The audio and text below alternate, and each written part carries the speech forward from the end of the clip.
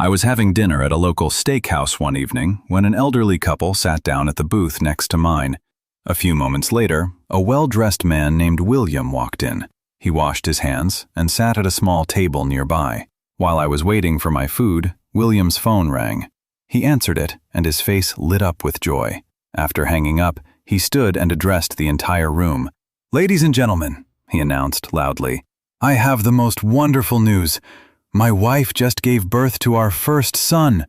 I am so happy that I want to share this joy with all of you. Dinner is on me tonight. I'm ordering the best steak for everyone in this section."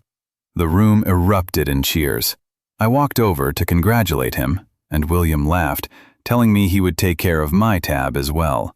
He ordered a feast for everyone, including the elderly couple, paid the entire bill with a smile, and left.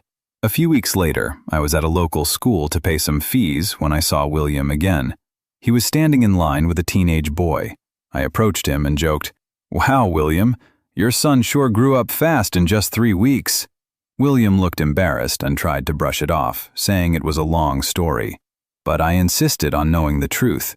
Finally, he pulled me aside and whispered, "That night at the steakhouse, while I was washing my hands, I overheard the elderly couple sitting next to you. The wife told her husband she was really craving a steak dinner, but the husband looked at his worn-out wallet and said, 'Honey, I only have $60 to last us the entire month. If we buy the steak, we won't have money for groceries or medicine. Let's just have soup tonight.'" William paused and continued, "It broke my heart. I wanted to pay for their meal, but I knew if I just offered them money, they might feel humiliated. They had so much dignity. So I stepped away, set an alarm on my phone to ring, and pretended my son was born. By buying dinner for the whole room, I could give them the meal they wanted without making them feel like a charity case.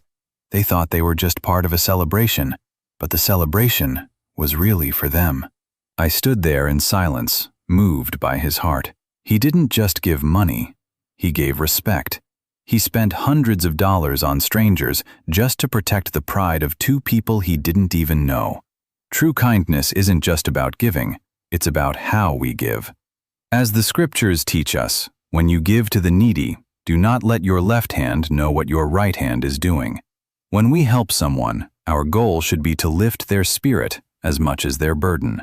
If you enjoyed this story, please support our page by sending stars and becoming a subscriber. Your support keeps us motivated to create more beautiful content like this. Thank you so much.